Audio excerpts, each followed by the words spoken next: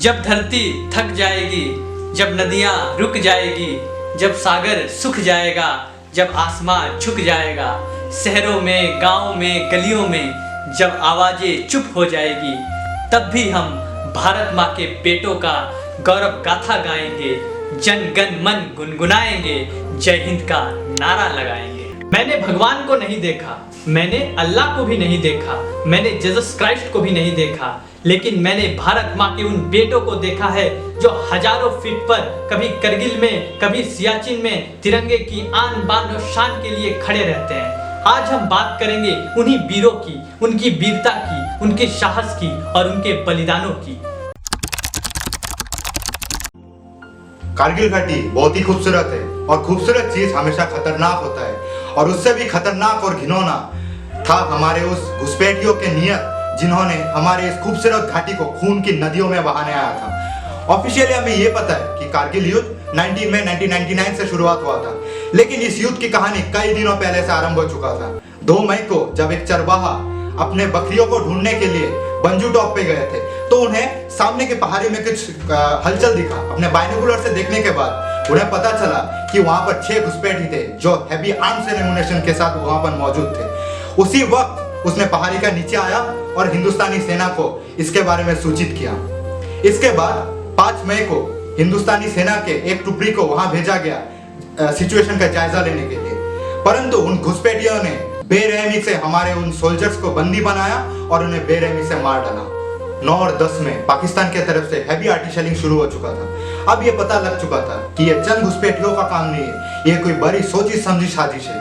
Colonel Ashfaq Hussain, पूर्व director Pakistani secret agency, उन्होंने अपना बुक विटनेस टू ब्लंडर जो कि 2008 में रिलीज हुआ था, वहां पर साफ साफ लिखा है कि 28 मार्च 1999 को जनरल परवेज मुशर्रफ हमारे एलओसी के 11 किलोमीटर अंदर आए थे और वहां पर हिंदुस्तानी गतिविधियों का जायजा लिया और एक रात वहीं पर बिताए थे। अब ये धीरे धीरे साफ होने लगा था ये किसके साजिश थी। 14 मई 1999 जब जाट रेजिमेंट का एक टुकड़ी को ऊपर भेजा गया था सिचुएशन का जायजा लेने के लिए, तब जब ये ट्रूप वापस आके टेंट में रेस्ट कर रहे थे, तब हमारे कैप्टन सौरभ कालिया को बंदी बना लिया गया था और उन्हें बेरहमी से मार दिया था। ये जो हुआ था ये कोई भी युद्ध के नियम के खिलाफ थे।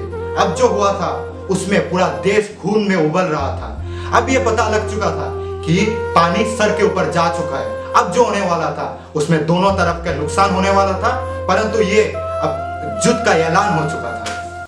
16 और 17 में द्रास, करगिल, मॉस्को, बटालिक, तुर्तुक सेक्टर के जितने भी टॉप पॉइंट्स थे उन सब में पाकिस्तानी घुसपैठियों ने धोखे से कब्जा कर लिया था। उनके पास भारी मात्रा में आर्म्स और एमुनेशन मौजूद थे। Multibarrel guns, MMG, stinger missiles, anti aircraft के भारी मात्रा मौजूद था उनके पास।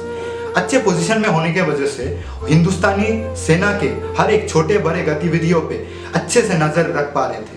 उनका उद्देश्य बस एक ही था, किसी भी तरह श्रीनगर लेह हाईवे को कट करना, ताकि हिंदुस्तानी सेना के पास आने वाले राशन पानी बंद हो जाए। भारतीय सेना ने इस घटना की जानकारी अभी हिंदुस्तानी एयरफोर्स और हिंदुस्तानी नेवी को दी। अब हिंदुस्तानी एयरफोर्स को पर खोलने की आज़ादी दे दी गई थी।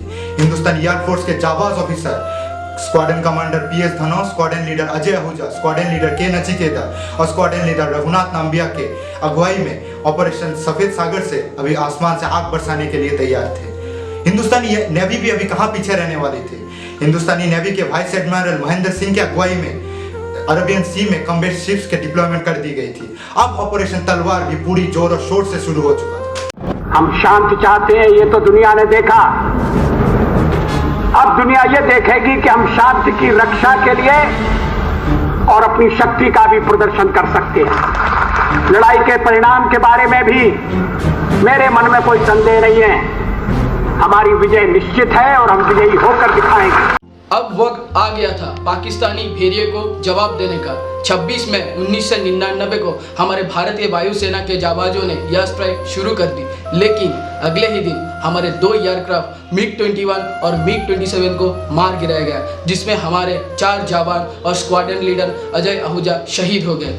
1 जून भारत के लिए सबसे महत्वपूर्ण माना जाने वाला नेशनल हाईवे 1 पर पाकिस्तानियों ने शेलिंग शुरू कर दी और 5 जून को भारतीय सेना ने पहली बार कारगिल सेक्टर में पाकिस्तानी फौजों की उपस्थिति देखी। इतना काफ़ी था भारतीय शेरों को ललकारने के लिए और 5 जून को भारतीय सेना ने कारगिल सेक्टर में अपनी मूवमेंट शुरू कर दी और 9 जून को अपने पराक्रम और साहस को दिखाते हुए भारतीय सेना ने बटालिक सेक्टर के 2 पोजीशंस को रिकैप्चर कर ली। अब भारतीय सेना ने पाकिस्तानी फौजों को जहन्नुम का रास्ता दिखाना शुरू कर दिया और देखते ही देखते 13 जून को भारतीय सेना के 18 ग्रेनेडियर्स और 2 राजपूताना राइफल्स ने मिलकर तोलोरिन सेक्टर पर अपना तिरंगा लहरा दिया। अब पाकिस्तान के साथ साथ पूरी दुनिया को एहसास होने लगा था कि अब पाकिस्तान के नक्शे पूरी दुनिया से मिटने वाला है। बिल क्लिंटन ने नवाब शरीफ को पाकिस्तानी फौजों को वापस बुला लेने का सुझाव दिया और पाकिस्तानी सेना को राशन भेजना बंद कर दिया और उनकी सेना पीछे हटने लगी। इतने में हमारे भारतीय सेना ने अपना सीना ताने हुए हाथों में तिरंगा लेकर टाइगर हिल की ओर चल पड़े। 2 जुलाई को 1/11 गोरखा राइफल्स के वीरों ने खलोबार पोस्ट से दुश्मनों को खदेड़ भेजा और तिरंगा लहराया और इसी पोस्ट की रक्षा करते हुए हमारे वीर कैप्टन मनोज कुमार पांडे शहीद हो गए। 3 और 4 जुलाई के टाइगर हिल के लगभग 18,000 फीट की ऊंचाई पर लड़ते हुए हमारे वीर सूबेदार योगेंद्र सिंह यादव को 14 गोलियां लगी, लेकिन वो इतने वीर थे कि 14 गोलियां लगने के बाद भी अपने पोस्ट पर डटे रहे और तिरंगा लहराकर जिंदा वापस लौटे। 6 जुलाई पराक्रम, साहस और वीरता को दिखाते हुए हमारे वीर कैप्टन विक्रम बत्रा और राइफलमैन संजय कुमार ने पॉइंट 4875 पर कैप्चर कर लिया। वंदे मातरम, वंदे मातरम, वंदे मातरम, वंदे मातरम। और रुख मोड़ दिए तूफानों के, चट्टानों को धूल बनाया है। दुश्मन हमको ना भूलेगा, उसे ऐसा सबक सिखाया है।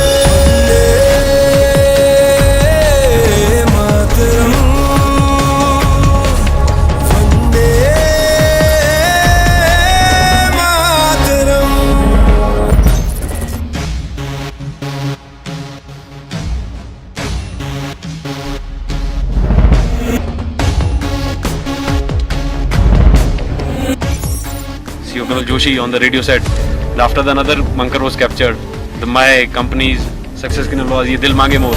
चाहे आंधी चले तूफान उठे, बढ़ता ही रहे तू रुके नहीं।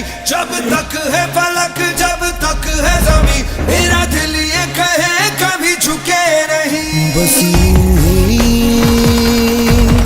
लहराए तिरंगा,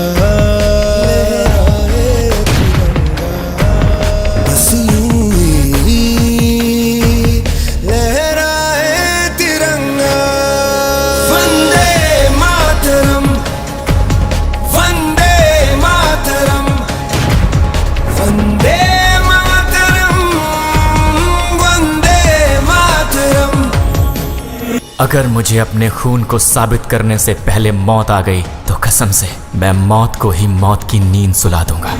या तो तिरंगा लहरा कर आऊंगा या तो तिरंगे में लिपट कर आऊंगा, लेकिन आऊंगा जरूर। इसके बाद 11 जुलाई को भारतीय सेना ने बटाली घाटी के सारे पोस्टों को कैप्चर किया। 14 जुलाई को हमारे पूर्व प्रधानमंत्री स्वर्गीय अटल बिहारी वाजपेयी जी ने देश को संबोधित करते हुए ऑपरेशन विजय को सफल बताया। अगले 10 दिन तक पूरे कारगिल सेक्टर में भारतीय सेना ने सर्च ऑपरेशन किया और भारतीय सेना ने पाया कि पाकिस्तानी फौज नेस्ता नाबूद होकर अपने घर वापस लौट गए हैं। पूरे भारतवर्ष में 26 जुलाई 1999 को कारगिल विजय दिवस के रूप में मनाया गया।